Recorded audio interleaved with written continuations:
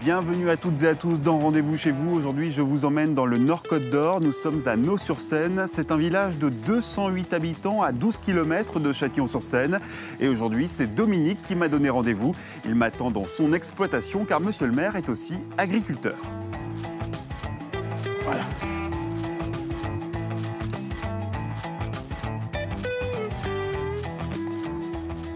Bonjour Dominique. Bonjour Sébastien. Vous allez bien? Ça va? Ouais. Bon alors, qu'est-ce que vous étiez en train de faire là? Ben là, je suis en train de régler mon semoir pour mon semoir à grains. Ouais. Pour aller semer tout à l'heure. D'accord, qu'est-ce que vous allez semer alors? Là, je vais ressemer de l'orge de printemps. De l'orge. Voilà. Donc agriculteur céréalier alors si je comprends bien. Ouais. Céréalier. Mon fils, il a des moutons. Et ma femme, elle fait de la vente de volailles à la ferme. D'accord, Voilà. donc une famille d'agriculteurs depuis longtemps alors? Très longtemps, parce que là, sur le site où c'est qu'on est là, mon fils, c'est la 4e génération.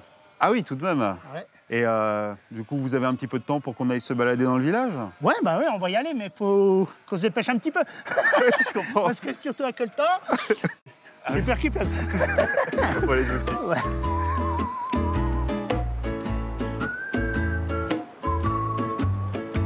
Et donc Dominique, ça fait longtemps que vous êtes maire de Naux-sur-Seine?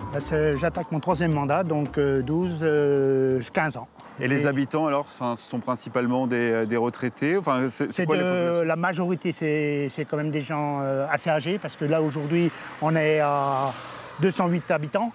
Et puis là maintenant, ça descend tout doucement. On va avoir des communes qui vont se vider tout doucement, mais les maisons sont toujours là et ils sont toujours rachetés. Mais ils sont rachetés pas par des gens du cru. Ils sont rachetés par des gens d'extérieur et qui n'ont pas les mêmes idées que nous, gens du territoire. En tout cas, visiblement, les habitants de Naux-sur-Seine, il ne faut pas trop les embêter. Je vois que vous avez les véhicules blindés, là, c'est quoi ça? Ouais, ça, c'est une Jeep Willys qui a été rénovée pour bien marquer la jonction. Et la jonction, c'est... La jonction de deux armées, la première DFL, Division française libre, et la deuxième DB, qui se rejoint là. Et donc ça, c'était voilà. à quel moment? Donc c'était le 12 septembre 1944. Et donc ce monument, ça fonctionne bien auprès du public? Il y a beaucoup de touristes? Ah oui, ouais. Là, aujourd'hui, c'est comme on mettrait une petite urne là, on serait très riche. Même 1 euro, les gens y mettraient, ce serait incroyable, parce qu'il y a beaucoup de monde. Bien écoutez, merci beaucoup Dominique. Vous savez où je pourrais aller maintenant? Il y a Patrick Sepior qui fait une collection d'armes. Donc si vous voulez y aller, vous pouvez y aller. Ah, vous pensez qu'il accepterait qu'on Je pense. Bon, voilà. On va essayer de le trouver. Merci beaucoup Dominique. De rien. Allez, au revoir.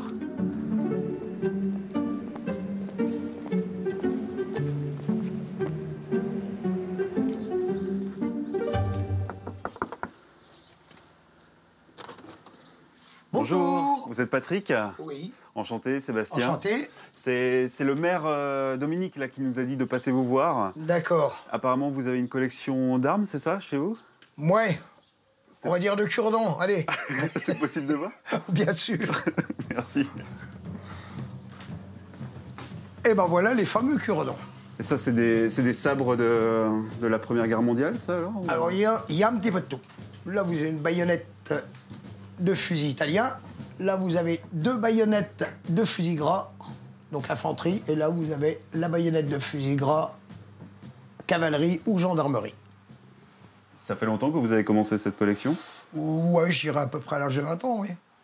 J'ai toujours baigné là-dedans, puisque mon père a fait la guerre d'Algérie, parce qu'il m'avait ramené son couteau de parachutiste. Et puis c'est là que ça a commencé, quoi. C'est déclic. Déclic. Ouais. Déclic. Vous savez ce que c'est? Alors là, non, pas du tout. Mais vous allez me dire. Eh ben, c'est un chargeur de mitrailleuse Rebelle, donc mitrailleuse française, souvent double affût, qui était installé souvent dans les casemates de la ligne Maginot. Et donc, vous avez le droit de les détenir aujourd'hui, ces armes? Normalement, non. Ah bon? De toute façon, la loi a tellement changé que même une épave d'armes trouvée dans un jardin qui serait complètement rouillée dans un état lamentable, on n'a pas le droit de l'avoir. Je vois pas où est le problème, quoi. C'est des armes qu'on met en déco sur une cheminée, point barre. Ah, et je vois que vous avez aussi des douilles d'obus, alors, c'est ça? Oui. C'était des douilles, il y avait tellement de douilles qui traînaient sur les champs de bataille après la guerre de 14. On les a sculptées, on les revendait aux soldats en souvenir. pour ceux qui s'en étaient sortis. Bon, par contre, avec tous ces objets, vous risquez pas d'avoir de soucis Non. avec la loi? Non, pas vraiment. Alors, la loi nous impose de percer un petit trou au-dessus du culot pour éviter de recharger ses douilles. Mais ça, du coup, vous pourriez la recharger Absolument pas. Absolument pas. Quand vous voyez une douille comme ça, ou quand vous voyez une douille comme ça, vous m'expliquez comment on met ça dans le fût à canon, moi.